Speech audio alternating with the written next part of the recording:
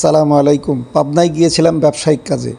রাস্তার পাশে এরকম বিলের মধ্যে নৌকা দেখে লোভ সামলাতে পারলাম না, তাই রিটন ভাইকে বললাম যে এই নৌকাতে চড়তে হবে। দেখি একজন ভদ্রলোক ওখান থেকে হেঁটে যাচ্ছে, তাকে বললাম যে ভাই নৌকাতে উঠবো, কোনো বাধা আছে কি না। তিনি বললেন না, কোনো বাধা নেই, আমার নৌকা, আপনারা উঠে বেড়াতে পারেন। পরে গাড়িটা পাশে সাইড করে রেখে আমরা ওই লোককে দায়িত্বে দিয়ে আমরা তার নৌকাটা নিয়ে বের হয়ে পড়লাম। ছোটোবেলা থেকে নৌকা বার কম বেশি অভ্যেস আমাদের দুজনেরই রয়েছে।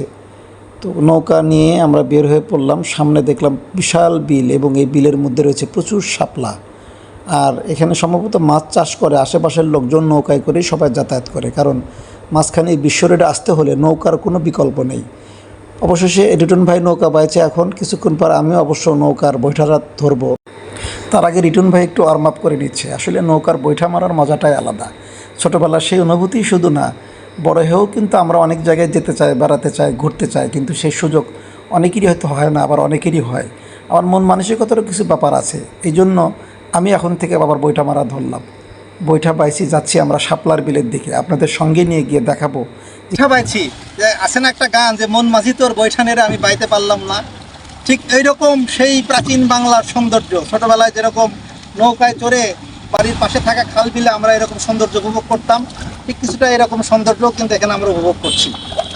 আমরা একটা বিলের মধ্যে রয়েছি, যাচ্ছি হলো শাপলা তুলতে।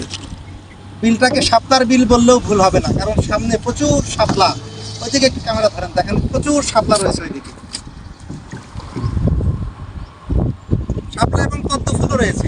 আমরা শাপলা উঠাবো, আপনাদের দেখাবো যে কীভাবে এখানে কত পরিমাণ শাপলা রয়েছে, এবং শাপলা এবং শালুকও রয়েছে। এই যে শাপলা শাপলা শাপলা তোলেন তো, একটা শাপলা একটু দেখাবো। এটি ড্যাপ ড্যাপ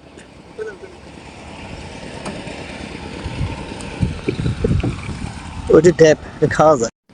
এটাকে শাপলার বিল বললে ভুল হবে না। ওই যে শাপলা উঠালাম, দেখেন কত বড় শাপলা, এবং দেখেন শাপলার ডাটা ঠিক কত বড়, মানে অনেক বড় শাপলার ডাটা এবং শাপলা। চারদিকে দেখেন শুধু শাপলা আর শাপলা, প্রচুর শাপলা রয়েছে এখানে। শাপলার বিল, এখানের বিলের নাম আসলে কি জানি না, তবে বিলের নাম আমি দিয়ে গেলাম শাপলার বিল, কারণ চারদিকে শুধু শাপলা ফুল। এই ফুলগুলো যখন ফুটেছিল তখন যে সৌন্দর্য ছিল, এটা আসলে আমি বোঝা যাচ্ছে এই বিলের সৌন্দর্যটা ঠিক কোথায়।